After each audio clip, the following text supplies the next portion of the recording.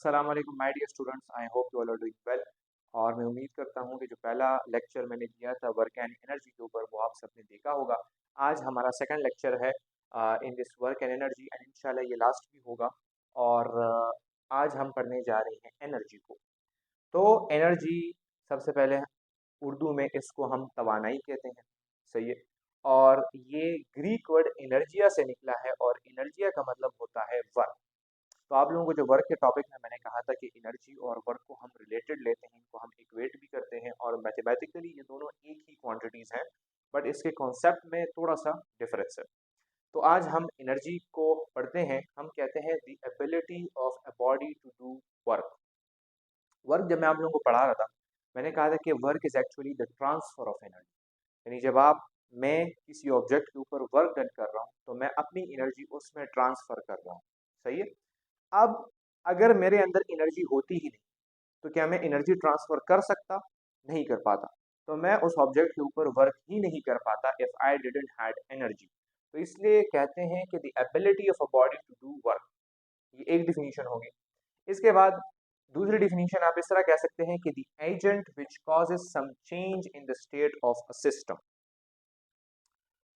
Newton की जो second law है, दैट अगर आप किसी ऑब्जेक्ट के ऊपर फोर्स अप्लाई करोगे, तो उस ऑब्जेक्ट के अंदर एक्सेलरेशन प्रोड्यूस होगी। अब एक्सेलरेशन क्या है? Acceleration is actually the change in the state of a body, सही है। Change in the state of a system. एक ऑब्जेक्ट रेस्ट के ऊपर है, तो वो क्या हो जाता है? वो चला जाता है मोशन में। आप जब फोर्स उस पर अप्लाई करते हो, एक ऑब्जेक्ट मोशन में है, वो रेस्ट पे आ जाता है। तो आप उसकी जो स्टेट है उसको चेंज कर रहे हो फोर्स अप्लाई करते हुए। फोर्स आप अप्लाई करते हो ड्यूरिंग वर्क डन, सही है। तो हम कहते हैं, और वर्क डन आप करते हो ड्यू टू एनर्जी। आप में एनर्जी होगी तो आप वर्क डन करोगे। तो the agent which cause some change in the state of a system, और इसी को जब मैंने आपको डिफाइन किया, the ability of a body to exert force. आप किसी ऑब्जेक्ट का स्टेट चेंज करोगे बाय अप्लाइंग फोर्स, तो वो फोर्स एक्चुअली आप उस एनर्जी ही की वजह से अप्लाई कर सकते हो। आप में एनर्जी नहीं होगी, so you cannot exert a force on another body. So these three definitions, wording different है, but they mean the same thing, and that is energy. Okay? उसके बाद हम आते हैं यूनिट के ऊपर। So unit is the same as word done, और वो है joule. Okay? और इसके बाद डायमेंशंस भी आ जाती हैं, there those are also same as work done, और वो है मास, लेंथ का स्क्वायर, और टी का इनवर्स स्क्वायर, टाइम का इनवर्स स्क्वायर। तो एमसीक्यू में अक्सर ये क्वांटिटी पूछी जाती है। एमसीक्यू आ जाता है कि which of the following have the same dimensions, और which of the following have the same units. Energy and work done has the same unit. उसके बाद केपीके की बुक में एक टिडबिट लिखा गया है कि the food we eat has the same energy as 1/3 litres और 0.33 लीटर्स ऑफ पेट्रोल। के आप अगर 1 लीटर पेट्रोल का तीसरा हिस्सा लोगे, तो उसमें जितनी एनर्जी होती है उतनी एनर्जी हम कंज्यूम करते हैं from the food we eat in one day. Okay. Major source of energy is sunlight. आपका सनलाइट मेजर सोर्स है एनर्जी का। फिर उसके बाद हमारे पास आ जाती हैं टाइप्स ऑफ एनर्जीज। अब अगर देखा जाए तो एनर्जी की मुख्तलिफ टाइप्स हैं। आपके पास साउंड एनर्जी आ जाती है, मैकेनिकल एनर्जी आ जाती है, केमिकल एनर्जी आ जाती है, लाइट एनर्जी आ जाती है, हीट एनर्जी आ जाती है। But those are later classes of the energy. Basically हम ब्रॉडली एनर्जी को दो ही टाइप्स में डिवाइड करते हैं, and those are kinetic energy and potential energy. सबसे पहले हम पढ़ते हैं काइनेटिक एनर्जी को। काइनेटिक एनर्जी को डिफाइन किया गया है the energy in a body due to its motion. अब यहाँ पर आपके अंडरस्टैंडिंग की जरूरत है। मोशन की वजह से किस तरह एक ऑब्जेक्ट के अंदर एनर्जी हो सकती है, सही है। मैंने यहां पर कहा कि the ability of a body to exert force is energy. अब एक ऑब्जेक्ट अगर मोशन में है, तो वो जब किसी दूसरे ऑब्जेक्ट के साथ टकराएगा, तो वो क्या करेगा? उस दूसरे ऑब्जेक्ट के ऊपर फोर्स अप्लाई करेगा। तो ये फोर्स उसने किस वजह से अप्लाई किया? क्योंकि ये पहला वाला ऑब्जेक्ट मोशन में था। अगर ये मोशन में ना होता, तो क्या ये फोर्स एक्सर्ट कर सकता? फोर्स ये तब अप्लाई करेगी, वर्क डन ये तब करेगी, सिस्टम के स्टेट में ये तब चेंज लाएगी जब ये मोशन करेगी। तो जब ये मोशन करेगी, इसके अंदर एनर्जी है। ओके, यहां तक आपको बात क्लियर हो गई। उसके बाद इसके मैथमेटिक्स के ऊपर आते हैं। तो हमारे पास जब हम in terms of velocity kinetic energy को डील कर रहे होते हैं, so we use this famous equation that kinetic energy is equal to half mv²। इसके according kinetic energy is directly proportional to the mass and kinetic energy is directly proportional to the square of velocity. अब mass अगर आपका 2 times हो जाए, kinetic energy आपका 2 times हो जाएगी। मास आपका 3 टाइम्स हो गया, काइनेटिक एनर्जी आपकी 3 टाइम्स हो जाएगी। मास 4 टाइम्स हो गया, काइनेटिक एनर्जी 4 टाइम्स हो जाएगी। लेकिन वेलोसिटी आपकी डबल हो गई, एमसीक्यूज आते हैं, वेलोसिटी अगर आपकी डबल हो जाए तो काइनेटिक एनर्जी 4 टाइम्स हो जाएगी, बिकॉज यहाँ पर वेलोसिटी के ऊपर एक स्क्वायर है। वेलोसिटी आपकी 4 टाइम्स हुई, kinetic energy will be 16 times. 4 का आपने स्क्वायर लेना है और फिर वो हो जाएगी 16 टाइम्स। तो हम यहाँ पर लिख देते हैं if v is increased by n times, अगर ये n टाइम्स इंक्रीज हो जाए then kinetic energy increase by n की पावर स्क्वायर टाइम्स। या डिक्रीज के लिए भी ये सेम है, अगर वेलोसिटी आपकी हाफ हो जाए तो हाफ का स्क्वायर लेके 4, तो काइनेटिक एनर्जी डिक्रीज होगी 4 टाइम्स। तो यहाँ पर इंक्रीज की जगह हम चेंज लिख देते हैं, वो ज्यादा मुनासिब होगा। हम अगर कहें कि if v is changed n times then kinetic energy changes by n times। In terms of momentum अगर हम ले लें तो kinetic energy is equal to p² divided by m। ये p² कहाँ से आया हमारे पास? एक्चुअली इस इक्वेशन के साथ हमने मल्टीप्लाई भी किया है m और उसको डिवाइड भी किया है m के साथ। तो इस इक्वेशन के साथ when you divide this by m and when you multiply this by m, this m and this m combines, ये हो जाता है m² v²। m² v² से आपके पास p² आ जाता है एंड ये m नीचे रह जाता है। Okay, this was a short little derivation. उसके बाद हम आते हैं in terms of momentum kinetic energy is directly proportional to p²। वही काइनेटिक एनर्जी वाला किस्सा है, मोमेंटम आपका डबल होगा तो काइनेटिक एनर्जी 4 टाइम्स हो जाएगी and kinetic energy is inversely proportional to mass. अब आप लोग यहाँ पर कह रहे होंगे कि काइनेटिक एनर्जी यहाँ पर directly proportional to mass and here kinetic energy is inversely proportional to mass. क्या वजह है? असल में कांस्टेंट्स का डिफरेंस है। यहाँ पर जब kinetic energy directly proportional to mass था तो आपके पास वेलोसिटी कांस्टेंट थी। यहाँ पर जब kinetic energy inversely proportional to mass है तो यहाँ पर मोमेंटम इज कांस्टेंट। तो कांस्टेंट क्या है, ये बहुत बड़ा रोल प्ले करता है इन दिस रिलेशनशिप। ओके, तो इसका एमसीक्यू आपके पास आ सकता है, आपसे वो लोग कहेंगे कि proton and electron has the same kinetic proton and electron has the same velocity, which of the following have greater kinetic energy. तो सेम वेलोसिटी मास के ऊपर डायरेक्ट डिपेंड करेगा kinetic energy. Proton has greater mass तो proton will have greater kinetic energy. But इसके हवाले से अगर MCQ आ जाए और वो आपसे कहें कि proton and electron have the same momentum, then which of the following have greater kinetic energy. तो जब मोमेंटम सेम हो गया, अब kinetic energy is inversely proportional to mass, तो यहाँ पर इलेक्ट्रॉन की मास क्योंकि कम है उसकी काइनेटिक एनर्जी ज्यादा होगी। इन terms of momentum and velocity, अगर हम मोमेंटम एंड वेलोसिटी ले लें, यही इक्वेशन हम ले लें एम वी और इसको हम एम वी को सेपरेट कर दें और वी को सेपरेट कर दें, यानी वी का स्क्वायर है तो उसको मैंने वी डॉट वी लिख दिया है। ओके, एम वी की जगह पी आ जाएगा एंड वी की जगह वी अपनी जगह पर आ जाएगा। तो kinetic energy is equal to half p v. अब यहाँ पर मास आपके पास कांस्टेंट है और kinetic energy directly proportional to p भी है। सही है, kinetic energy is directly proportional to p भी है and kinetic energy is directly proportional to v भी है। यहाँ पर वी स्क्वेयर और पी स्क्वेयर था ना, अब यहाँ पर काइनेटिक एनर्जी सिंपल पी के डायरेक्टली प्रोपोर्शन है और यहाँ पर सिंपल वी के डायरेक्टली प्रोपोर्शन है। इसकी वजह यह है कि एम आपके पास कांस्टेंट है, एम भी कांस्टेंट है इसमें, और यहाँ पर वेलोसिटी कांस्टेंट है और यहाँ पर मोमेंटम भी कांस्टेंट है आपका। इस इक्वेशन से हम कुछ चीजें निकालते हैं और वो मैं आप लोगों को इधर जरा लिख देता हूँ कि कुछ केसेस हैं। काइनेटिक एनर्जी मोमेंटम के इक्वल कब होगी? ये इक्वेशन है मेरे पास, kinetic energy is equal to half PV, kinetic energy is equal to half PV. अगर वेलोसिटी आपके पास 2 मीटर पर सेकंड हो, when v is equal to 2 metre पर सेकंड, तो यहाँ पर आप 2 मीटर पर सेकंड पुट करोगे तो ये आपका बन जाएगा हाफ p इंटू 2, 2 और 2 एक दूसरे के साथ कैंसिल हो जाएंगे, you will get kinetic energy equals to p। जब वेलोसिटी 2 मीटर पर सेकंड होगी तो उस बॉडी की काइनेटिक एनर्जी इक्वल होगी उस बॉडी के मोमेंटम के। सेकंड केस है kinetic energy is greater than momentum, कब होगा? When v is greater than 2 metre पर सेकंड। अब अगर आप 2 मीटर पर सेकंड से बढ़ाओगे v को, तो आप लोगों के पास लेट्स से हम कहते हैं कि v हमारे पास 3 मीटर पर सेकंड है, तो फिर काइनेटिक एनर्जी और मोमेंटम का ये इक्वेशन इस तरह आ जाएगा कि हाफ p इंटू 3।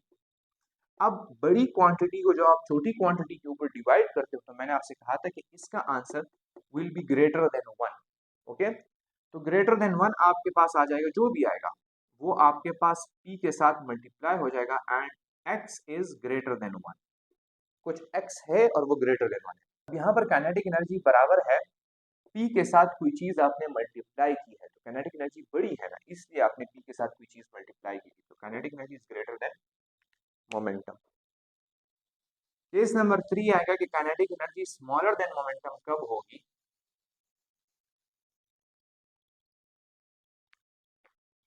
केस 3 होगा kinetic energy smaller than momentum कब होगी? When v is smaller than 2 metre पर सेकंड। सेम वही किस्सा है, काइनेटिक एनर्जी बराबर है आपके हाफ, लेट से हम इसको 1 ले लेते हैं। ओके, तो ये हो जाएगी p आपका अपनी जगह पे आ जाएगा, p आपका अपनी जगह पे आ जाएगा और यहाँ पर आप 1 ले लेते हो। अब एक छोटी क्वांटिटी को आप बड़ी क्वांटिटी के ऊपर डिवाइड करो तो answer will be less than 1, और लेस देन 1 क्या होता है आपके पास? ये आपके पास 0.5 ही के इक्वल होती है ना, तो p ये 1 1 कैंसिल हो जाएगा, सिंपल आपका ये आ जाएगा p डिवाइडेड बाई 2। तो काइनेटिक एनर्जी क्या है? Kinetic energy is equal to p divided by 2, और इसको अगर आप रीअरेंज करते हो तो जो मोमेंटम है आपका वो इक्वल है 2 times of the kinetic energy. ये 2 जो है तो काइनेटिक एनर्जी के साथ मल्टीप्लाई हो जाएगा, तो आपके पास क्या चीज़ प्रूफ होगी कि kinetic energy is smaller than momentum और momentum is greater than kinetic energy. तो पोटेंशियल एनर्जी स्टार्ट करते हैं, लेकिन उससे पहले ये एक पॉइंट था कि kinetic energy can not be negative, और क्यों नेगेटिव नहीं हो सकता, तो उसको हम ज़रा देखते हैं। हमारे पास काइनेटिक एनर्जी इक्वल होता है हाफ mv के स्क्वायर का। अब इन क्वांटिटीज में हमारे पास मास तो नेगेटिव नहीं हो सकती, तो वेलोसिटी ही नेगेटिव होगी आपके पास। If the displacement is negative तो वेलोसिटी नेगेटिव हो सकती है, because it is a vector quantity. तो वो जब हम इसमें पुट करते हैं कि kinetic energy equal to half m और उसका नेगेटिव v का हम फिर स्क्वायर लेते हैं, तो स्क्वायर की वजह से ये नेगेटिव खत्म हो जाता है और आपके पास वापस जो है हाफ mv स्क्वायर आ जाता है। So that's why kinetic energy cannot be negative. Kinetic energy जहाँ भी आपको मिलेगी it is positive, and kinetic energy is also a scalar quantity. Okay, ये चीजें न भूलना। स्केलर क्वांटिटी इसलिए है क्योंकि जब आप किसी वेक्टर का स्क्वायर ले लेते हो तो वो स्केलर बन जाता है। अब आते हैं what is potential energy. So define किया जाता है energy in a body due to its position. मैंने आप लोगों से कहा था energy is the ability of a body to do work, सही है। तो अगर एक बॉडी अपनी मोशन की वजह से वर्क डन कर रहा है या उसमें एबिलिटी है वर्क डन करने की, तो उसमें काइनेटिक एनर्जी है। लेकिन अगर एक बॉडी अपने पोजीशन की वजह से उसमें एबिलिटी है वर्क डन करने की, तो उसमें जो एनर्जी है वो पोटेंशियल एनर्जी है। ये मेरे पास एक मार्कर है, ये यहाँ पर पड़ा हुआ है, इस मार्कर पे मैं वर्क डन खुद कर रहा हूँ और इसमें मैंने एनर्जी ट्रांसफर कर दी है। ओके, एनर्जी वर्क डन क्या था? The transfer of energy. मैंने एनर्जी इस मार्कर में ट्रांसफर कर दी है। नाउ व्हेन मैं इस मार्कर को छोड़ता हूं तो इस मार्कर में पोटेंशियल है वर्क डन करने की एट दिस, इस जगह पर इस मार्कर के अंदर पोटेंशियल है वर्क डन करने की। हाइट ये कवर कर सकता है, नीचे फोर्स ये अप्लाई कर सकता है। इस आई लीव दिस। तो इसके अंदर एबिलिटी है ऑफ डूइंग वर्क। तो क्या है इसके अंदर? इसके अंदर एनर्जी है, कॉल्ड इट पोटेंशियल एनर्जी। इसी तरह आपके पास अगर स्प्रिंग मास सिस्टम है, you have a spring mass system, आपके पास एक स्प्रिंग है और उसके साथ आपने एक मास अटैच किया है। Now when you perform work on this mass, आप इसके ऊपर फोर्स अप्लाई करते हो और आप स्प्रिंग को यहां पर ले आते हो, स्प्रिंग आपका यहां तक आ जाता है। तो मास जब आप यहां पर ले आते हो, यहां पर इस एग्जैक्ट पॉइंट के ऊपर इसमें पोटेंशियल है वर्क डन करने का, इसमें पोटेंशियल है फोर्स अप्लाई करने का एंड डिस्प्लेसमेंट कवर करने का। इसको जब मैं छोड़ूंगा तो ये मास वापस अपनी इनिशियल जगह पे नहीं आएगा, ये यहाँ पर आ जाएगा और फिर ये ट्रू एंड फ्रो मोशन करते हुए in the end mean position पे चला जाएगा। तो अब इसमें पोटेंशियल है एट दिस पॉइंट, तो इस पॉइंट इसमें क्या है? इसमें पोटेंशियल एनर्जी स्टोर हो गई है और वो potential energy is actually equal to, that potential energy is equal to the work done performed on that, और वो बराबर होगा the force multiply by the displacement it covered. Okay, now आते हैं ग्रेविटेशनल पोटेंशियल एनर्जी। ये तो मैंने आप लोगों को बता भी दिया है कि the energy in a body due to its position in a gravitational field. Earth का ये ग्रेविटेशनल फील्ड है, अर्थ आपको नीचे खींच रहा है, आप अर्थ के अगेंस्ट अगर वर्क परफॉर्म कर रहे हो तो उस ऑब्जेक्ट के अंदर एनर्जी स्टोर हो जाती है, उस एनर्जी को आप ग्रेविटेशनल पोटेंशियल एनर्जी कहते हो। Now we have two concepts of gravitational potential energy. One is the relative gravitational potential energy, GPE आप इसको कह दो, PEG आप इसको कह दो, and the other one is absolute potential energy. अब इन दोनों की जरूरत क्यों पड़ी और रिलेटिव और एब्सोल्यूट का मतलब क्या है? देखो, हम फिजिक्स में रिलेटिव और एब्सोल्यूट ज्यादातर इस्तेमाल करते हैं। रिलेटिव का मतलब होता है कि ये क्वांटिटी मुख्तलिफ ऑब्जर्वर्स के लिए मुख्तलिफ होगी, that is what relative means. और एब्सोल्यूट का मतलब होता है कि आप दुनिया के जहां के हर कोने पे चले जाओ, वहां पर आपको ये क्वांटिटी सेम मिलेगी, this quantity will be constant everywhere. तो उसको हम कहते हैं absolute potential energy. I don't know if you can hear it, but बाहर मेरे ख्याल से झालाबारी हो रही है। और तो एब्सोल्यूट पोटेंशियल एनर्जी, इसी तरह लाइट का भी केस है ना। लाइट, जब हम आइंस्टाइन ने कहा कि लाइट इज एब्सोल्यूट, लाइट की जो स्पीड है, तो आइंस्टाइन यही कह रहा है कि दुनिया जहां में हर जगह पर आप ऑब्जर्वर ले लो, ऑब्जर्वर मोशन में है, ऑब्जर्वर रेस्ट में है, जिधर भी है, उसके लिए the speed of light will be constant and that is absolute. लेकिन रिलेटिव के केस में ऐसा नहीं होता। अब मास रिलेटिव है, आपकी जो लेंथ है वो रिलेटिव है, वो स्पीड के साथ चेंज होती है। तो relative gravitational potential energy change होती रहती है and it depends upon the observer and it depends upon the reference point. इन दोनों में डिफरेंशिएशन क्या है? डिफरेंस है सिर्फ और सिर्फ रेफरेंस पॉइंट का। रेफरेंस पॉइंट इज, इसका रेफरेंस पॉइंट क्या है? Surface of the earth, surface of earth. और इसका रेफरेंस पॉइंट है point outside the gravitational field where G equals to zero, जहां पर आपकी ग्रेविटी जीरो हो जाती है या आपका जो ग्रेविटेशनल फोर्स है वो जीरो हो जाता है। अब समझते हैं कि रेफरेंस पॉइंट क्या है। आप अगर तो ग्रेविटेशनल, आप अगर पोटेंशियल एनर्जी की मेजरमेंट करोगे तो उसके लिए रेफरेंस पॉइंट का होना बहुत ही ज्यादा जरूरी है। Without a reference point you can not measure the potential energy. तो रेफरेंस पॉइंट असल में वो पॉइंट होता है जहां पर हम पोटेंशियल एनर्जी को जीरो कंसिडर करते हैं। और जब हमने यहाँ की पोटेंशियल एनर्जी जीरो कंसिडर कर दी, तो इसके साथ कंपेयर करते हुए हम किसी दूसरे पॉइंट की पोटेंशियल एनर्जी नाप रहे होते हैं। हम कहते हैं कि इन दोनों पॉइंट्स के बीच में जितना पोटेंशियल एनर्जी का डिफरेंस है, वो असल में उस सेकंड पॉइंट का हमारे पास पोटेंशियल एनर्जी है। इसको समझते हैं और समझना इसको इस तरह है कि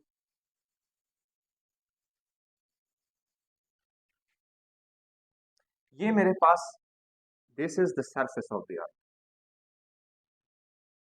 अब सरफेस ऑफ द अर्थ के ऊपर जरूरी नहीं है कि पोटेंशियल एनर्जी आपके पास जीरो हो।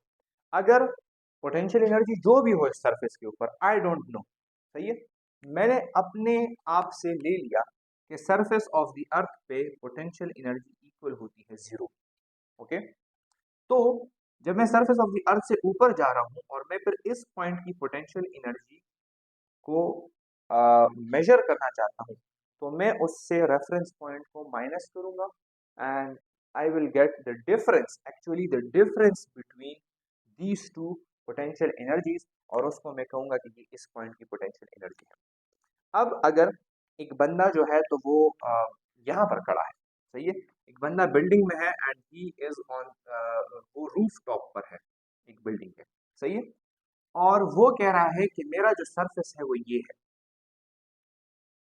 अब इस सरफेस के अकॉर्डिंग अगर आप इसको देख लें तो लेट सपोज मैं कह दूं कि इसकी 10 जूल एनर्जी है इस सरफेस की, लेकिन ये कह रहा है कि ये मेरा रेफरेंस पॉइंट है, तो अब इसने इस सरफेस को 0 पोटेंशियल एनर्जी कंसिडर कर दिया है, और अब ये जब इस पॉइंट की पोटेंशियल एनर्जी को मेजर करेगा तो वो अपनी पोटेंशियल एनर्जी इससे, या अपने पॉइंट की पोटेंशियल एनर्जी इससे माइनस करेगा। तो इसके रिलेटेड, इसके according to this observer, according to this reference point, the potential energy of this point will be, let's say अगर यहाँ पर ये 50 जूल था according to this one, okay, according to this reference point, तो अब ये 50 minus 10 होगा and that would be 40 joule according to this point. उसने अपनी 10 जूल की पोटेंशियल एनर्जी को 0 कंसिडर किया है, तो अब वो वहां से भी 10 जूल एनर्जी को माइनस करेगा।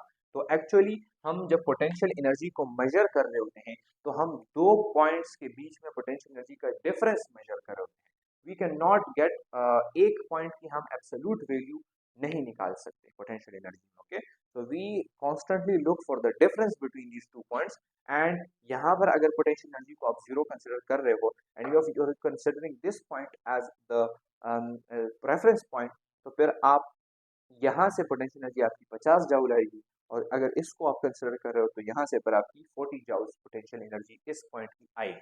तो अब आप लोगों का जो मसला था of the relative gravitational potential energy वो यही है कि ये ऑब्जर्वर कह रहा है कि इसकी पोटेंशियल एनर्जी 40 जूल है और ये ऑब्जर्वर कह रहा है कि इसकी पोटेंशियल एनर्जी 50 जूल है, तो अब हम किसकी माने? तो हर ऑब्जर्वर के लिए, हर रेफरेंस पॉइंट के लिए रिलेटिव पोटेंशियल एनर्जी आपकी चेंज होती रहती है, सही है। और ये सिर्फ ये नहीं, ये आप कहेंगे कि इसने तो रेफरेंस पॉइंट बड़ा ले लिया है। आपका जो अर्थ है, अर्थ का जो सरफेस है दैट इज नॉट फ्लैट, कहीं जगह पर अर्थ की सरफेस एलिवेटेड होगी। आप अगर मरीज से एक बंदा पोटेंशियल एनर्जी मेजर कर रहा है तो उसके पास कम पोटेंशियल एनर्जी आएगी because he is at elevated surface. मैं अगर पेशावर से बैठ के पोटेंशियल एनर्जी को मेजर करता हूँ तो मेरे लिए ज्यादा आएगी बिकॉज आई एम डाउन, सही है। तो इस वजह से ये जरूरी नहीं है कि आप रेफरेंस पॉइंट को ही चेंज करें। रेफरेंस पॉइंट आपका तब भी सरफेस ऑफ द अर्थ हो सकता है, लेकिन सरफेस ऑफ द अर्थ भी ऊपर नीचे है। तो जरूरत पड़ी आप लोगों के पास एब्सोल्यूट पोटेंशियल एनर्जी की। सबसे पहले तो हम इसकी जो मैथमेटिकल फॉर्म है वो निकाल लेते हैं। तो हमने कहा कि पोटेंशियल एनर्जी बराबर होता है द वर्क डन के, और वो बराबर होता है एफ डॉट डी के। एफ हमारे पास बराबर है एम जी के, और डी हम ले लेते हैं हाइट में, तो ये बन जाएगी हमारे पास एम जी एच। अगर आपको किसी ऑब्जेक्ट का मास दिया गया हो, जी आप लोगों को पता है, और हाइट दे दिया गया हो, you can find the potential energy. Now let's come to the absolute potential energy. हम ये रेफरेंस पॉइंट में जो हमारे पास गड़बड़ आ रहा था, हम उसको खत्म करना चाहते हैं। हम कह रहे हैं कि सरफेस हमारे पास is not a reference point, बल्कि हमने रेफरेंस पॉइंट लिया a point outside the G field where G is 0। ये मेरे पास अर्थ है और ये मेरे पास अर्थ का जी फील्ड है, let's suppose. Now this G field would be circular, सही है। तो मैं ले लेता हूं कि मेरे पास जो रेफरेंस पॉइंट है this is this point where the G is 0। हमारे पास रेफरेंस पॉइंट के ऊपर पोटेंशियल एनर्जी 0 होती है फॉर ऑल ऑब्जर्वर्स, ओके। इस फार्मूले को देखिए, M G H at the surface of the earth आपके पास मास भी मौजूद होता है, at the surface of the earth आपके पास जी भी मौजूद होता है, and at the surface of the earth सिर्फ और सिर्फ हाइट का मसला होता है कि अगर हाइट आप लोगों ने 0 ले लिया तो पोटेंशियल एनर्जी 0 हो जाएगी if the person is right eight the surface. सही है। लेकिन यहाँ पर हम क्या कर देते हैं कि हम इस g वाले क्वांटिटी को जीरो कर देते हैं, तो हमारे पास potential energy is equal to m0h and that is 0। So at this point the potential energy is 0। और अगर हम यहाँ पर एक ऑब्जेक्ट लें तो उसके लिए इन्फिनिटी पॉइंट ये है, अगर हम यहाँ पर ऑब्जेक्ट लें उसके लिए भी इन्फिनिटी पॉइंट ये है, अगर हम यहाँ पर ऑब्जेक्ट लें उसके लिए इन्फिनिटी पॉइंट ये है, अगर हम यहाँ पर ऑब्जेक्ट लें उसके लिए इन्फिनिटी पॉइंट ये है। तो आप जिस जगह में भी ऑब्जेक्ट को ले लो, आपका इन्फिनिटी पे एब्सोल्यूट पोटेंशियल एनर्जी आपकी जीरो होगी। तो रेफरेंस पॉइंट क्या हुआ, रेफरेंस पॉइंट सब के लिए सेम हो गया। तो जब रेफरेंस पॉइंट आप लोगों ने सेम कर लिया तो हमने यहाँ पर इसकी कुछ लंबी चौड़ी डिराइवेशन है, और डिराइवेशंस के बाद आपके पास एक फार्मूला आता है and that formula is absolute potential energy is equal to, हमारे पास है g जो कि ग्रेविटेशनल कांस्टेंट है, mass of the earth, mass of the object divided by the distance from the centre of the earth. Centre of the earth से जितना distance आप लोग ले रहे हो, let this is the radius of the earth and this is the height of the earth. और यहाँ पर इन्होंने एक नेगेटिव साइन पुट किया है। अब इस नेगेटिव साइन हमारे पास एक्चुअली डिफिनीशन से आता है। हम डिफाइन करते हैं एब्सोल्यूट पोटेंशियल एनर्जी को, at any point is defined as the work done by the gravitational field in moving the object from that point to infinity. Define हम करते हैं as the work done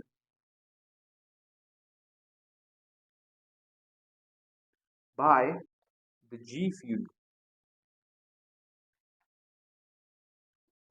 in moving an object from a point inside the g field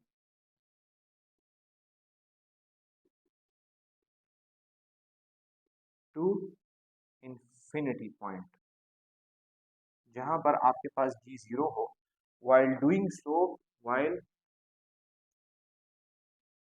maintaining zero acceleration। अब ये आप लोगों को मैं question छोड़ रहा हूँ कि इस सेंटेंस को मैंने यहाँ पर क्यों लिखा है, while maintaining zero acceleration। इंशाल्लाह नेक्स्ट लेक्चर में फिर मैं आप लोगों को एक्सप्लेन भी कर दूंगा, but I need you guys के कमेंट में आप लोग मुझे इसका रीजन दें that why we are maintaining zero acceleration here. Okay, लंबी चौड़ी डिराइवेशन है वो आपसे एमडीकेट में नहीं पूछी जाएगी। आपका जो एंड फॉर्म है वो ये है कि absolute potential is equal to the negative of the G M E M divided by R. अब नेगेटिव हमने इसलिए लिया है क्योंकि हम यहाँ पर actually work done by the G field consider कर रहे हैं। तो जी फील्ड हमारे पास ये अगर पॉइंट है तो this is downward, the force of gravity is downward, और इसकी अगर डिस्प्लेसमेंट हो रही है तो वो अबाव हो रही है, तो आपके पास 180 डिग्री का एंगल आया। That's why we put the negative sign cos 180 जो आया हमारे पास। अब नेगेटिव साइन हमारे पास आ गया है, तो अब इस नेगेटिव साइन का कुछ कॉन्सेप्ट है। एट द सरफेस, अगर ऑब्जेक्ट आपके पास यहाँ पर है एट द सरफेस, ओके मैं यहाँ पर नहीं लिख रहा क्योंकि यहाँ पर वो है, लेकिन this object is present at the surface of the earth. Okay, eight the surface the absolute gravitational potential energy is the minimum। okay, it is minimum, यहाँ पर minimum, और at infinity this is the greatest।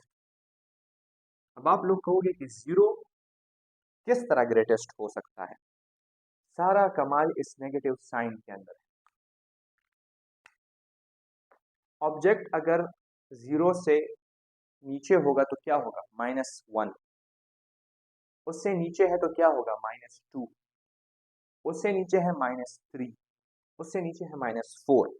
तो अब आप मुझे बताएं -4 बड़ी value है या जीरो बड़ी वैल्यू है। Of course zero is greater then -1 which is greater than -2, which is greater than -3, which is greater than -4.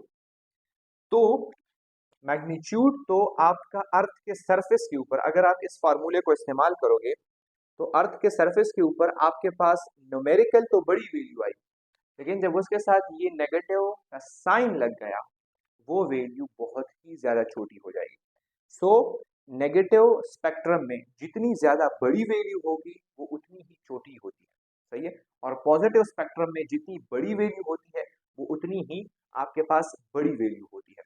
So zero at the infinity आपके जो ग्रेविटेशनल पोटेंशियल एनर्जी है that is actually maximum, okay. And maximum आप इसको भी ले सकते हैं, या अगर आपको ये चीज समझ में ना आ रही हो तो बस सिर्फ ये कंसिडर कर दें कि एक पॉइंट यहाँ पर आएगा जिस पर -1 जूल एनर्जी होगी जस्ट बिफोर इंफिनिटी, और वो इस ग्रेविटेशनल फील्ड के अंदर होगा वो point, and that is the maximum gravitational potential energy a body can achieve. और जब आप नीचे लेकर आओगे, क्योंकि आपका जो डिस्टेंस है वो कम हो रहा है, तो ग्रेविटेशनल पोटेंशियल एनर्जी न्यूमेरिकली तो आपके साथ इंक्रीज होगी, बट वो बड़ा नंबर के साथ जब नेगेटिव का साइन लगेगा तो that is actually smaller than zero. तो at the surface the gravitational potential energy absolute is minimum, okay. ये वही बात है यहाँ पर जो हमने कंसिडर की कि हाइट जब आप इंक्रीज करोगे तो ग्रेविटेशनल पोटेंशियल एनर्जी आपकी इंक्रीज होगी, ओके। सो वो वैल्यू तो आपके पास छोटी आएगी, मैं बार बार इसको इसलिए रिपीट कर रहा हूँ ताकि आप लोगों के जहन में बैठ जाए। वैल्यू आप लोगों के साथ छोटी आएगी बट नेगेटिव साइन की वजह से वो बड़ी हो जाएगी। ये हो गई। अच्छा, आर की जगह अगर हम सरफेस पर किसी एब्सोल्यूट पोटेंशियल एनर्जी को फाइंड करना चाहें तो फिर हम रेडियस ऑफ द अर्थ ही डायरेक्ट पुट कर देते हैं इसमें, negative G mass of the earth, mass divided by the radius of the earth. और अगर आपने रेडियस ऑफ द अर्थ से कुछ रेडियस ऑफ द अर्थ आप लोगों को याद हो और आप लोगों को कुछ हाइट दे दिया गया हो तो then you will find absolute potential energy as negative G M E M divided by R plus H, radius of the earth plus height. ये हो गया। और इसके बाद हम क्या था,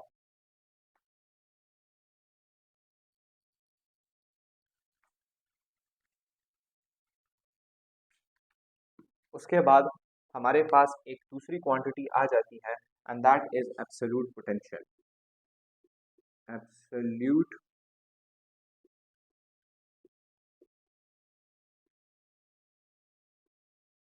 पोटेंशियल। एब्सोल्यूट पोटेंशियल को डिफाइन करते हैं हम the absolute potential energy per unit mass. Absolute potential energy उस बॉडी की थी जिसका जो भी मास हो, ओके। लेकिन एब्सोल्यूट पोटेंशियल उस बॉडी का एब्सोल्यूट पोटेंशियल एनर्जी है जिसका मास 1 kilogram of a unit mass आपने पुट कर दिया है, okay. Absolute potential energy per unit mass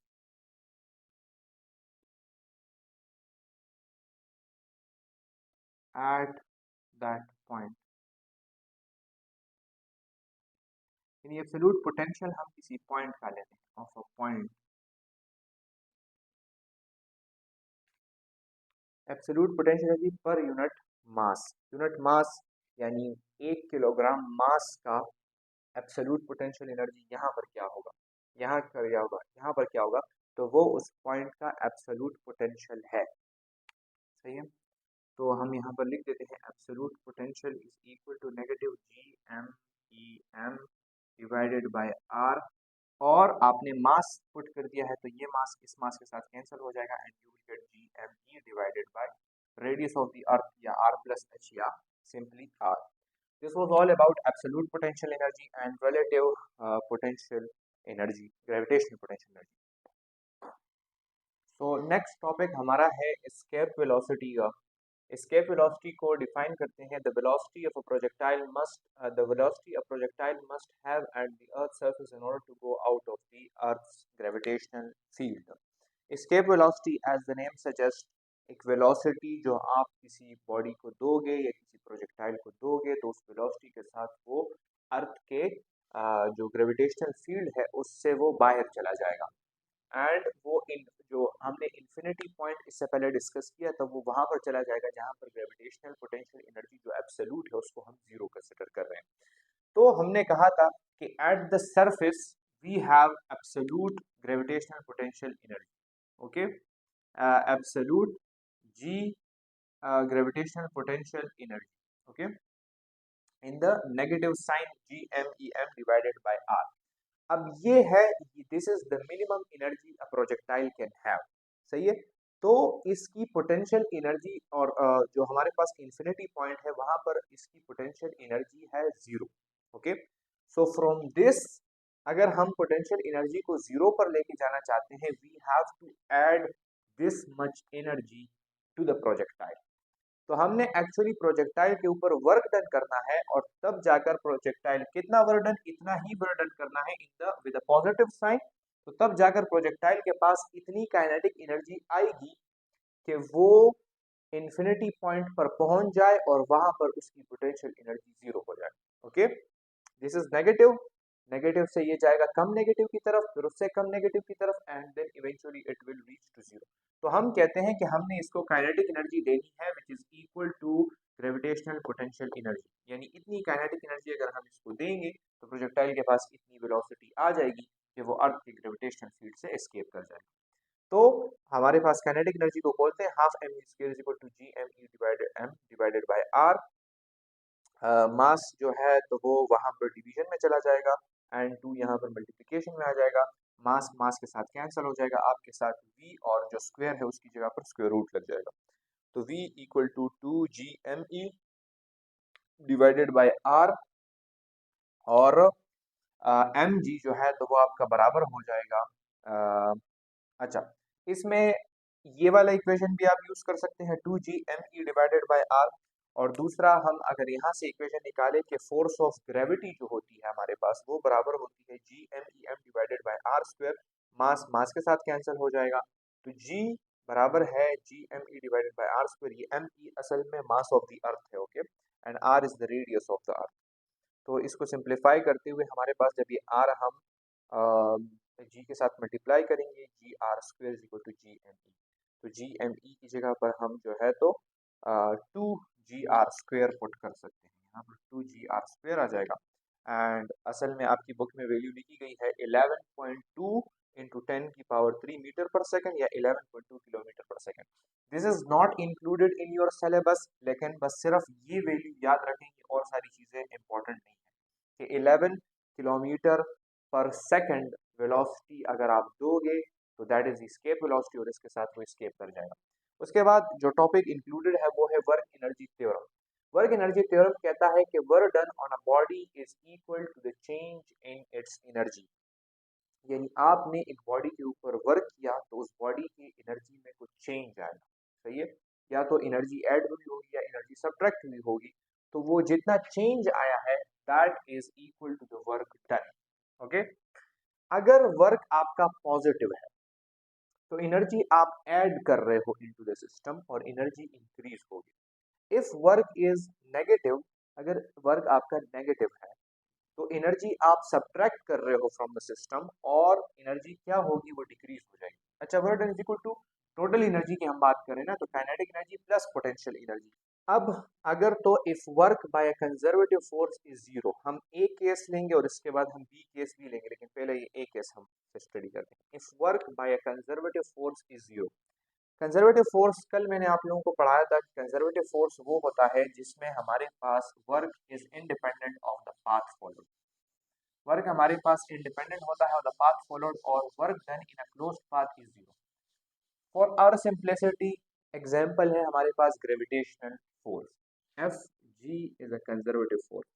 अगर work done by a conservative force is zero, इसका मतलब ये है कि आपके पास ये अर्थ का सरफेस है, ग्रेविटेशनल फोर्स इस डायरेक्शन में है, आपके पास ये बॉडी है, इसके ऊपर आप इस डायरेक्शन में फोर्स अप्लाई कर रहे हो and it covers a displacement D, okay. अब work done by this F G is zero क्योंकि वो परपेंडिकुलर है, तो तमाम का तमाम वर्क कर रहा है आपका नॉन कंजर्वेटिव फोर्स। तो जब नॉन कंजर्वेटिव फोर्स होगा तो ग्रेविटेशनल फोर्स की वजह से बॉडी में स्टोर होती है पोटेंशियल एनर्जी। तो यहाँ पर हमने पोटेंशियल एनर्जी नहीं लिखा क्योंकि कंजर्वेटिव फोर्स कोई वर्क ही नहीं कर रहा, तो work is equal to the change in kinetic energy. तो तमाम का तमाम वर्क ने इस बॉडी की काइनेटिक एनर्जी को चेंज किया। तो वही मिसाल है कि अगर ये वर्क पॉजिटिव होगा तो काइनेटिक एनर्जी में इंक्रीज आएगा, अगर ये वर्क नेगेटिव होगा तो काइनेटिक एनर्जी में डिक्रीज आएगा। इसको अगर हम खोल लेते हैं तो half M V F square minus half M V I square हमारे पास बन जाएगा, यानी kinetic energy final minus kinetic energy initial. अब अगर a body is accelerated from rest, आपने ये बॉडी रेस्ट से एक्सेलरेट किया है, आपने इस बॉडी को, एक्सेलरेशन यहाँ पर आ जाती है क्योंकि हमने कहा था कि सिस्टम का जो स्टेट है वो हम चेंज कर रहे हैं। एनर्जी की डिफिनीशन में मैंने आप लोगों को ये समझाया था। तो जब आप इसको एक्सेलरेट करोगे, इनिशियली आपके साथ वेलोसिटी जीरो होगी, तो वो जब आप इसमें पुट करोगे तो ये वाला टर्म जीरो हो जाएगा, आपके पास इक्वेशन रह जाएगा work done is equal to half M V F square. अब इसके ऊपर एक एमसीक्यू आ सकता है आपका कि force required to accelerate an object of mass 1 kilogram from rest to a velocity of 4 metre पर second in a distance of 10 metre. आप लोगों को कहा गया है कि 1 किलोग्राम का मास है आपके पास, रेस्ट, देखो रेस्ट की बात की गई है तो ये वाला टर्म ऑटोमेटिकली जीरो हो गया है। तो वेलोसिटी ऑफ 4 मीटर पर सेकंड, 4 मीटर पर सेकंड पर ले गए हो आप उस वेलोसिटी को and a distance of 10 metre, यानी 10 मीटर का फासला आप लोगों ने तय किया है इसमें। तो ये वाला फार्मूला है, वर्क को हमने खोल लिया है F dot D is equal to half M V F square. इसमें मास पुट करें, वी एफ स्क्वायर पुट करें, डी पुट करें, डी आप इस पे डिवाइड कर दें तो आप लोगों के पास आंसर आ जाएगा 0.8 न्यूटन का। इसके अलावा अगर हमारे पास if the body is brought to rest, if body is brought to rest, अगर बॉडी को आप रेस्ट पे ले आए हो तो इनिशियली वो रेस्ट पे नहीं, ओके। सो क्या है कि वी एफ आपका फिर जीरो हो जाएगा, तो यहाँ पर ये वाला टर्म जीरो हो जाएगा एंड वर्क डन आपका बराबर हो जाएगा negative half M V I का स्क्वायर। तो ये बराबर हो जाएगा F dot D is equal to negative half M V I square. MCQ आप लोग नोट कर लें कि if 1000 Newton force is required to stop a car moving with velocity 10 meter per second, then the force required to stop the car is in the same distance when it is moving with velocity 20 meter per second will be। देखो 1000 Newton का force उन्होंने इस्तेमाल किया है to velocity of 10 metre पर second, जब गाड़ी की वेलोसिटी थी 10 मीटर पर सेकंड, वेलोसिटी थी 10 मीटर पर सेकंड, तो इन्होंने फोर्स इस्तेमाल किया था 1000 न्यूटन का, ओके। अब वो कह रहे हैं कि velocity then the force required to stop the car in the same distance when it is moving with velocity 20 metre पर सेकंड। तो वो कह रहे हैं कि अगर वेलोसिटी को हम 20 मीटर पर सेकंड कर दें यानी डबल कर दें तो फिर कितना फोर्स इस पे अप्लाई होना चाहिए। डी टर्म आप लोगों के पास कांस्टेंट है क्योंकि उन्होंने कहा कि सेम डिस्टेंस में, तो डी टर्म आप लोगों का ऑलरेडी खत्म हो गया है, जीरो हो गया है। मास का उन्होंने आपको जिक्र नहीं किया, यानी मास भी सेम है दोनों का, तो मास भी आप लोगों का खत्म हो गया। सिंपल, और हाफ टू तो हम करते नहीं, हमने ये कहना है कि force is directly proportional to V I का स्क्वायर, ओके। जब v 10 से 20 हो गया, v आपका डबल हो गया, तो जब आप इसमें 2 पुट करोगे 2 वी आई का स्क्वायर लोगे फोर्स, तो फोर्स आप लोगों का 4 वी आई का स्क्वायर बन जाएगा। आप लोगों को 4 गुना ज्यादा फोर्स इस्तेमाल करना होगा, यू हैव टू, क्योंकि जब v को आप डबल करोगे तो फोर्स आप लोगों को v के ऊपर स्क्वायर है, तो आप लोगों को 4 गुना ज्यादा फोर्स इस्तेमाल करना होगा। तो 1000 है, सो यू विल नीड 4000 का फोर्स। अब आते हैं केस नंबर 2 के ऊपर, जो कि है कि if work is done by a conservative force. अब अगर कोई कंजर्वेटिव फोर्स वर्क करे, जैसे कि ग्रेविटेशनल फोर्स है या आपके पास इलेक्ट्रोस्टैटिक फोर्स है या स्प्रिंग फोर्स है, वो जब वर्क डन करेगा तो उसका तमाम का तमाम वर्क डन कन्वर्ट होगा इनटू पोटेंशियल एनर्जी, बशर्ते ये कि आपने while keeping the body in equilibrium, यानी एक्सेलरेशन को आप जीरो ले रहे हो। देखो, आप जब बॉडी को एक्सेलरेट करोगे तो उसमें फिर काइनेटिक जो फोर्स आप अप्लाई करो वो काइनेटिक एनर्जी में भी कन्वर्ट होता है, ओके। लेकिन अगर तो आपने यूनिफॉर्म मोशन के साथ एक बॉडी को एलिवेट किया है, यानी आपके पास ये अर्थ का सरफेस है और दिस इज द बॉडी, इसका अपना जो वेट है वो डाउनवर्ड है, आप इसके ऊपर फोर्स अप्लाई कर रहे हो अपवर्ड। अब जब ये फोर्स और ये वेट एक दूसरे के इक्वल हो जाएंगे तब ये बॉडी जो है इस पर कोई फोर्स नहीं अप्लाई होगा and then it will move with uniform velocity, और तब ही जाकर आप क्या करोगे, उसका आप उसको इक्विलिब्रियम में रख पाओगे। लेकिन अगर आपने ये फोर्स बढ़ा दिया एंड आपने इस बॉडी को एक्सेलरेट कर दिया, तब क्या होगा कि तब इसकी इसमें जो आप वर्क डन कर रहे हो उसका कुछ हिस्सा काइनेटिक एनर्जी में भी कन्वर्ट होगा। सो काइनेटिक एनर्जी में कन्वर्ट ना हो, काइनेटिक एनर्जी में कन्वर्ट ना हो, इसीलिए हम इसको इक्विलिब्रियम यानी एक्सेलरेशन को जीरो रखते हैं। मैंने आपको पिछले वाले स्लाइड में कहा था कि I need this reason in comments, but यहाँ पर मेरे लिए एक्सप्लेन करना ज़रूरी था तो मैंने आप लोगों को बता दिया। एक अगर अभी भी आप लोगों को समझ ना आई हो तो मैं आप लोगों को बता दूं कि जब मैं आपको वर्क डन पढ़ा रहा था तो मैंने कहा था कि जब हम बॉडी को यूनिफॉर्म वेलोसिटी के साथ या बॉडी मोशन कर रही होती तो उस वक्त वर्क डन हमारा जीरो होता है। तो हम जो फोर्स अप्लाई कर रहे हैं उसका वर्क डन जीरो है, मतलब है कि उसमें काइनेटिक एनर्जी स्टोर नहीं हो रही, बट वो हाइट गेन कर रहा है वो ऑब्जेक्ट, तो उसमें पोटेंशियल एनर्जी स्टोर हो रही है, और that is due to this conservative force, okay. अब आते हैं while keeping the body in constant, तो जितना भी आप वर्क डन कर रहे हो वो तमाम का तमाम उसकी पोटेंशियल एनर्जी में कन्वर्ट हो रहा है, ओके। अब पोटेंशियल इसको अगर हम ओपन करें तो हमारे पास आ जाएगा M G H final minus M G H initial, यानी इनिशियल हाइट और फाइनल हाइट। तो इससे आप लोगों के अगर एमसीक्यूज आते हैं so you can solve them. Then we have the interconversion of kinetic energy and potential energy. Kinetic energy और पोटेंशियल एनर्जी, एनर्जी हमारे पास इन दो फॉर्म्स में स्टोर की जा सकती है एक बॉडी के अंदर। अगर वो बॉडी मोशन में है and it is performing uniform motion तो उसके अंदर काइनेटिक एनर्जी स्टोर्ड फॉर्म में मौजूद है, ओके। आज आप लोगों ने ये भी सुन लिया है कि काइनेटिक एनर्जी स्टोर्ड फॉर्म में, हम तो सिर्फ पोटेंशियल एनर्जी को स्टोर्ड फॉर्म कहते हैं, बट ऐसा नहीं है। उस बॉडी के अंदर काइनेटिक एनर्जी स्टोर्ड है, जब तक वो किसी चीज के साथ टकराएगा नहीं, जब तक वो उसके ऊपर फोर्स अप्लाई नहीं करेगा, तब तक काइनेटिक एनर्जी उसमें है। एंड एट द सेम उसी तरह जब यहाँ पर आप बॉडी को एलिवेट करते हो तो अपनी पोजीशन की वजह से उसमें पोटेंशियल एनर्जी स्टोर हो जाती है। तो ये दो फॉर्म्स में एनर्जी आपके साथ बॉडी में स्टोर हो सकती है। ये मार्कर है मेरे पास, इस मार्कर को जब मैंने ऊपर उठाया तो इसमें क्या स्टोर हुआ, इसमें इसने गेन किया पोटेंशियल एनर्जी। अब जब इस मार्कर को मैं छोड़ता हूँ तो रास्ते में हम इसका जरा मोशन स्टडी करते हैं। दिस वाज द मार्कर और ये जो है इसका मोशन है and this was my hand, let's suppose, okay. Eight this stage the potential energy is max. अब जब इसने मोशन स्टार्ट किया तो इसकी पोटेंशियल एनर्जी कन्वर्ट होने लगी to kinetic energy. So at this stage let's say अगर ये 100 था, ओके, सो इस स्टेज पर पोटेंशियल एनर्जी, यहाँ पर मैं पोटेंशियल एनर्जी लिख रहा हूँ एंड यहाँ पर मैं काइनेटिक एनर्जी लिख रहा हूँ, ये 90 हो जाएगा and kinetic energy will be 10, क्योंकि अब इसने मोशन स्टार्ट कर दी है, सही है। तो पोटेंशियल एनर्जी कन्वर्ट हो रही है इनटू द काइनेटिक एनर्जी।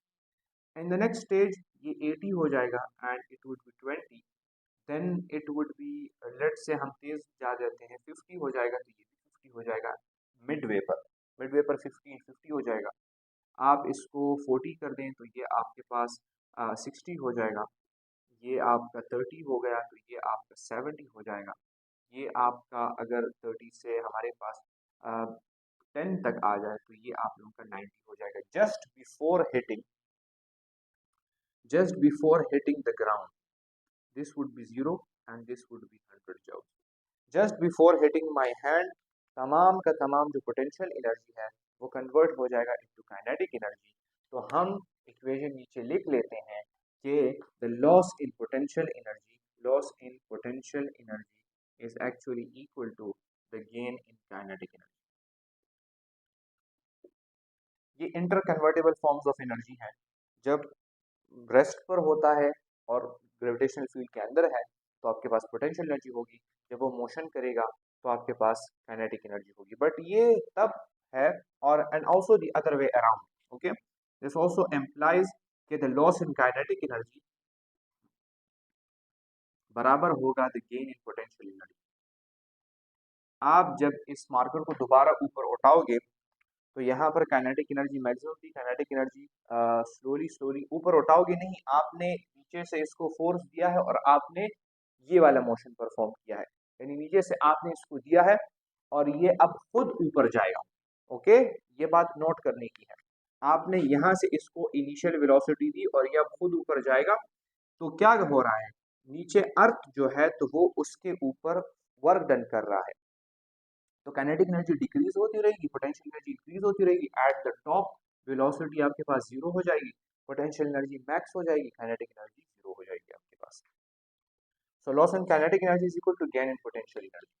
उसके बाद अगर ये है इन नॉन फ्रिक्शनल सिस्टम, अगर फ्रिक्शन ना हो, लेकिन जब फ्रिक्शन हो तो फ्रिक्शन एक डिसिपेटिव फोर्स है और वो आपके एनर्जी को लॉस्ट करता है।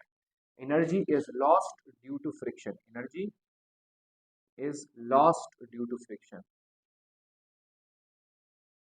due to friction। तो फिर आप लोगों का जो पोटेंशियल एनर्जी में लॉस आ रहा है वो तमाम का तमाम काइनेटिक एनर्जी में कन्वर्ट नहीं होगा, बल्कि उसका इसका चंद हिस्सा आप लोगों के पास वर्क डन अगेंस्ट फ्रिक्शन में यूटिलाइज हो जाएगा। तो इक्वेशन आपका इस तरह आ जाएगा कि loss in potential energy would be equal to the gain in kinetic energy. कुछ हिस्सा तो पोटेंशियल एनर्जी का आपका काइनेटिक एनर्जी में आ जाएगा, बट उसके साथ साथ कुछ हिस्सा work done against frictional force भी लग जाएगा। फ्रिक्शनल फोर्स को आई थिंक इन्होंने एफ एच से डिनोट किया है यहाँ। Work done against the frictional force में लग जाएगा आप लोगों के पास। ओके, ये हो गया। And also the same other way around, अगर तो काइनेटिक एनर्जी में लॉस आ रहा है ड्यूरिंग द अपवर्ड मोशन, तो लॉस इन काइनेटिक एनर्जी का ज़्यादातर हिस्सा तो आप लोगों के पास गेन हो जाएगा in potential energy, but will also some हिस्सा उसका लॉस्ट हो जाएगा in frictional work done against the friction. तो ये आप लोगों का था हमारे पास। इसको अगर आप लोग इक्वेशंस में लिखना चाहें तो इक्वेशंस में इस तरह आ जाएगा, ये लॉस इन काइनेटिक एनर्जी है तो ये बन जाएगा हमारे पास half M V square. Half M V square आप लोगों का बराबर होगा कि गेन इन पोटेंशियल एनर्जी है तो ये एम जी एच हो गया आप लोगों के पास, प्लस फ्रिक्शनल फोर्स के अगेंस्ट जो आप लोग वर्क डन कर रहे हो वो हो गया। And also the other way around, half M V square आप लोग यहाँ पर लिखोगे, एम जी एच आप लोग यहाँ पर लिखोगे। This was all about the work energy theorem. यहीं से हमारे पास एक दूसरा टॉपिक आप लोगों की बुक में लिखा है और वो है एनर्जी लॉसेस, एनर्जी लॉसेस। और फिर उस टॉपिक के अंदर इन्होंने एफिशिएंसी का टॉपिक बयान किया है। ओके, हमारे पास फ्रिक्शनल फोर्सेस हैं, एयर रेजिस्टेंस वगैरह है, तो ये क्या करते हैं कि जब आप लोग वर्क डन करते हो तो उस वर्क डन का कुछ हिस्सा आप लोगों का ज़ाया हो जाता है ड्यू टू हीट लॉस, उसका हीट एनर्जी में कन्वर्ट हो जाता है, वर्क डन अगेंस्ट फ्रिक्शन हो जाता है, और उस वर्क का कुछ हिस्सा आप लोगों के पास यूजफुल वर्क होता है, तो जो काम आप लोग कर रहे होते हैं वो हो जाता है। मिसाल में इसकी आप लोगों को दे देता हूँ, हमारे पास अगर गाड़ी का इंजन है, ये हमारे पास एक गाड़ी है, ओके, और इस गाड़ी के अंदर जो है तो आप लोगों के पास एक इंजन लगा हुआ है, सही है, और यहाँ पर टैंकी से पेट्रोल आ रहा है। तो अब आप लोग अगर देखो तो पेट्रोल, लेट सपोज पेट्रोल में ये 100 जूल का वर्क या 100 जूल की एनर्जी हम ये इंजन लगा रहा है to move the car in this direction. Okay, 100 joule की एनर्जी ये लगा रहा है या 100 जूल का ये वर्क कर रहा है to move the car in this direction. तो उस 100 जूल जो आप लोगों का वर्क इनपुट है, पूरा तमाम का 100 जूल वर्क इस गाड़ी के ऊपर नहीं होगा। ओके, गाड़ी के ऊपर फोर्स लग रहा है इन दिस डायरेक्शन, बट उस फोर्स को कैंसल आउट कर रहा है इस डायरेक्शन में एक दूसरा फोर्स जिसको हम कहते हैं एयर रेजिस्टेंस। तो आउटपुट आप लोगों का, अगर हम ये एयर रेजिस्टेंस वाला जो वर्क डन है वो इसे माइनस कर दें, यानी ये एफ एच वाला जो बर्डन है ये हम माइनस कर दें तो हम इतना कह सकते हैं कि हमारे पास लेट से 30 जूल का वर्क आउटपुट में आ जाए।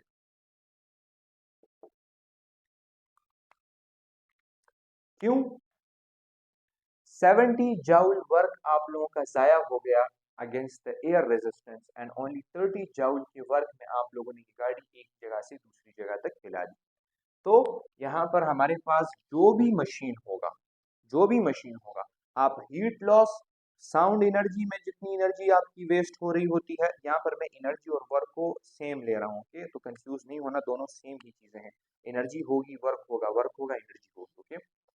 तो आप लोगों का वर्क जाया हो रहा है या आप लोगों की एनर्जी जाया हो रही है, दोनों सेम बातें, ओके? तो हीट लॉसेस आ जाते हैं, फ्रिक्शन के अगेंस्ट वर्क हो जाता है, आप लोगों का साउंड एनर्जी हो गई, लाइट एनर्जी हो गई, एक्सप्लोजन में आप लोगों की लाइट एनर्जी में भी एनर्जी वेस्ट हो जाती है। वहां पर मैंने आप लोगों को कहा कि पोटेंशियल एनर्जी में जितना लॉस आ रहा है वो तमाम का तमाम काइनेटिक एनर्जी में नहीं जा रहा।